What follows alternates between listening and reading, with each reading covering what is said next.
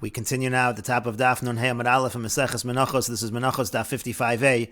On the previous Amud, the Gemara was discussing whether, when measuring an item, do we go by the volume or the measure that it is right now, or do we go by the volume as it used to be? And in the course of that discussion, the Gemara brought a brisa, and the Gemara initially was not sure whether the brisa was talking about truma or meiser. The brisa in general had said that we should give generously whatever it is, and the Gemara ended up concluding that actually that brisa is talking about trumas meiser, and it's saying that trumas meiser, one can be generous in giving trumas meiser. It doesn't have to be the exact amount, and the point of the Gemara in the previous Amud was to say that this brisa is not actually relevant to the question of whether we follow the volume as it is right now or the volume earlier.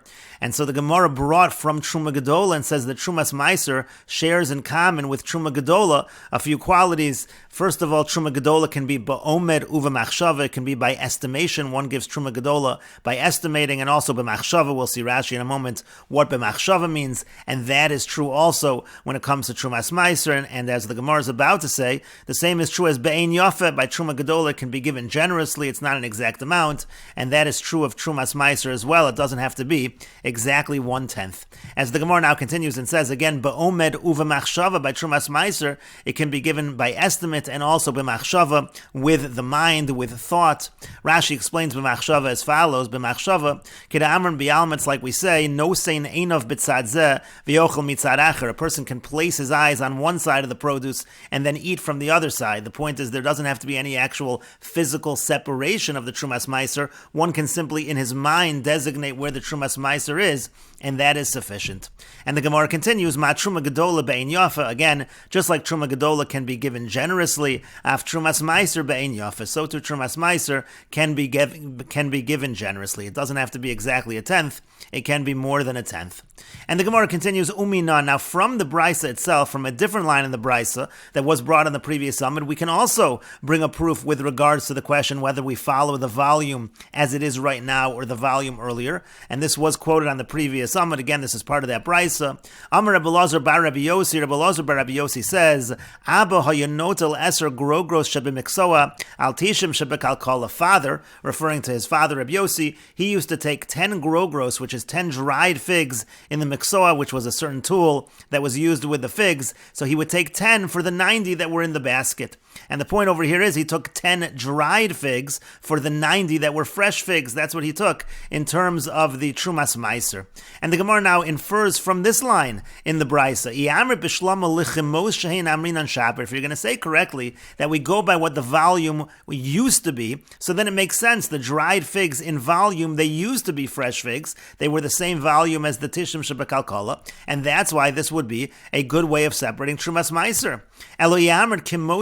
But if you're going to say we go by the volume as it is right now, so the grogros are dried figs, they have a lesser volume. So batzerlu, that's going to be too little in terms of the volume. Rashi explains, Umina kilomar means to say, Mehad Rebbe Elazar gufa maisi pirch. We have a refutation from the statement of Rebbe Elazar himself, again from the Brisa. Eloikem mos shehein hashta misharinon. If we're going to go as it is measured right now, batzerlu meiser, it's going to be too little meiser, linyan mida, in terms of the measure of volume. And that's going to be problematic.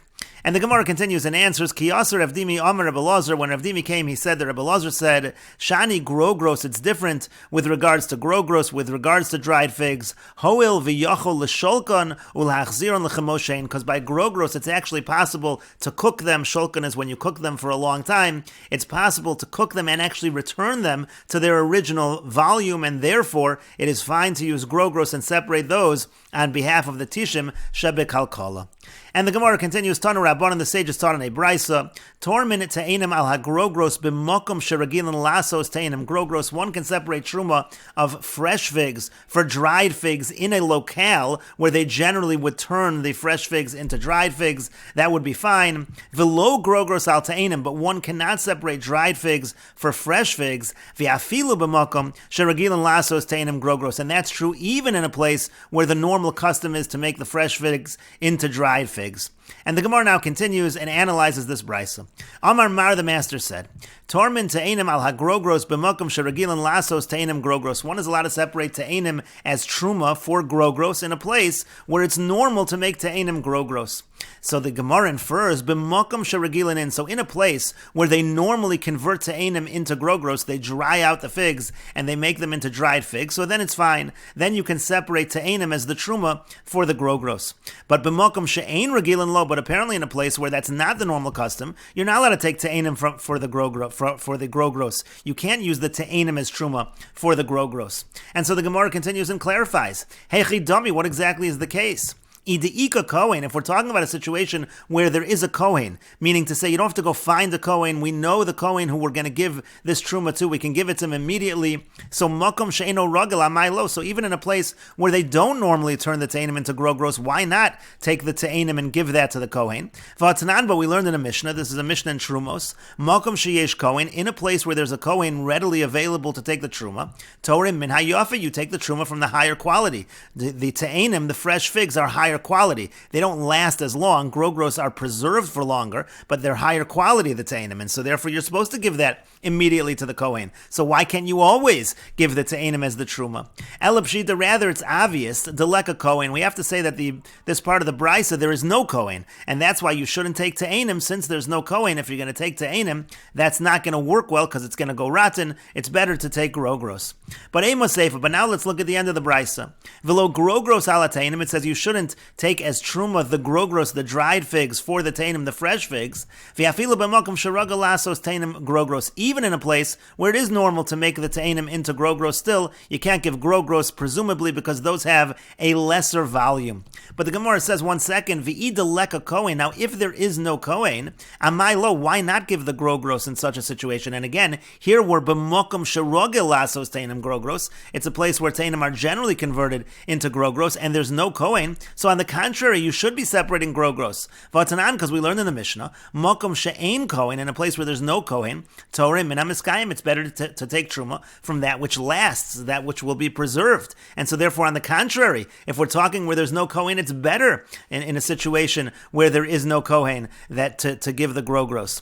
Elab shita di'ika kohen, rather it's obvious that at the end of the brisa, there is a kohen, and that's why you're supposed to give the higher quality, you're supposed to give the te'enim, and not the grogros. But that's problematic. Reisha deleka kohen, the beginning, we're saying that the beginning of the brisa is talking about a scenario with no kohen, and seifa di'ika kohen, the end of the brisa, is a scenario where there is a kohen. And the Gemara says, yes, reisha deleka kohen, the beginning of the brisa, we're talking where there's no kohen, and seifa di'ika kohen, the end of the brisa, there is a kohen. And Amar Rapapa says on that, Shmami, no, we see from here, it's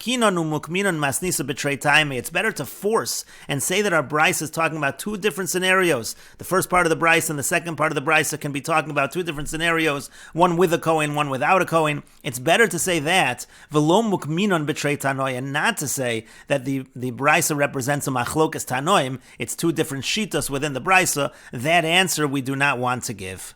And Rashi explains, Tormin te'enim ala grogros, we take te'enim off as truma for grogros of a minion, and that's by number as opposed to volume.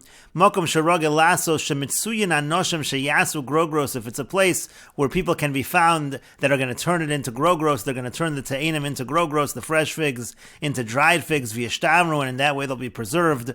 Ohu atzmo yasa osam grogros, or he himself can make them into grogros la'achar zman, after some time, im te'enim shalo, with his figs. Mokom shein rogel lo, but in a place where that's not the normal custom, then no. Devo'inon sheyitro min hamiskayim, because it's necessary to take the truma off that which is miskayim, that which will last. Ute'enim lachin markivin vein mishtamin, like we said, the te'enim that are lachin, the moist te'enim, meaning the fresh te'enim, they become rotten, they don't keep, they're not preserved properly. I'ika kohen sheyitin miyad, if there is a kohen who could give it to that kohen right away, so then torim and hayofa, then he takes the truma from the higher quality, shema kohen yochla miyad, because the idea is then the kohen's going to eat it right away. Te'enim yofin vein miskayim, in general, te'enim when they're fresh figs, so that's the higher quality, but that doesn't last. Grogros miskayim vein yofin, but grogros, the dried figs, on the other hand, they last, but they're not higher quality. Velo grogros ala te'enim b'minyan, again, you can't take grogros as truma for te'enim by number. V'afilu b'makom sherogel, even in a place where normally they are converted into grogros. Velo, I mean, we don't say sofer shel kohen nami lasos and grogros, that the Kohen anyway is going to turn it into gross. V'nimtza she'eno mafsidan, and it comes out that there's no loss. Ella zil basar hashta. We don't say that. Rather, we go after what it is right now. V'harehu memayit b'maiser, and it would be too little meiser that he is given. And Rashi continues, Deleka Kohen, that there's no Kohen, Uboy Lemitzneinu, if there's no Kohen, then he needs to set it aside at the Lishkach Kohen until a Kohen is found. Velesivle, and then he can give it to the Kohen, Hilkach Torim and a Miskayim, therefore it's better to take the Truma from that which can last. Betray Taimi, again, it's better to say that the Bryce is talking about two scenarios. Kagon Hacha, like over here, Kedamrin and Reisha Deleka Kohen, like we said, the beginning of the Bryce, there's no Kohen, Veseifa Deika Kohen, and then the end of the Bryce, there is a Kohen. It's better to say that, Mukmi betray Tanoi, not to say that the Bryce has two different Tanoim. The lo amrin on Reisha v'Seifa deleka Kohen. We shouldn't say that the Reisha and the Seifa there's no Kohen. U'de kaparacht, and then you have a question. V'atanan, what about the Mishnah which says Torah minha miskayim? It says that you should take the truma from that which is miskayim, that which lasts. So then Tanoi, he then will answer that it's a machlokas Tanoim. In other words, instead of answering the Reishas there's no Kohen and the Seifa there is a Kohen, we could just answer there's a machlokas Tanoim between the Bryce and the Mishnah. The Trei Tanoi. There's a machlokas tanoim on this issue. We would rather not say that. We would rather say that the Bryces betray time. Again, essentially two different scenarios. And the Gemara continues with the Mishnah, Kol ha-menachos niloshos beposhin, all carbon minchas, they are needed beposhin, which means with lukewarm water, umeshamrin shalei achmitzu, and then he has to watch over them to make sure they do not become chametz. V'yim ichmitzu, and if they do become chametz, shiureha, even if the remainder of the carbon mincha, meaning after the kometz is taken, the remainder becomes chametz, that also over below saseh. That's a transgression of a lo saseh, a negative commandment. Shenemar, as it says in the pasuk, Kol all the minchas that are offered to Hashem, they shouldn't be chametz. Now Rashi over here notes, Shenemar kol ha-mincha asher takrivu areisha koi. This is going on the beginning of the Mishnah. It's not going on the remainder that there's a transgression. It's going on the before there's a remainder, before the kometz. That's what the pasuk is talking about. We're talking about before the kmitza, that he's supposed to make sure it doesn't become chametz, and that's the pasuk of kol ha-mincha asher takrivu la-Hashem lo seyasa chametz, and the Mishnah continues and says, "V'chayev al lishosav al arichosav al afiyasa." When it comes to a karban mincha becoming chametz, when it's not supposed to be chametz, so there's liability on the kneading and on the arranging of the dough and on the baking of the dough. Meaning to say, every single step of the process of that karban mincha, at every step, if it becomes chametz, that is a different liability, a separate liability. And the Gemara says, Minohani Mili, from where do we know this? Now the question of the Gemara is, how do we know Shireha? How do we know even after the kometz is taken and now you have a remainder of the karban mincha? How do we know that if that becomes chametz, that there's a transgression? What is the source for that?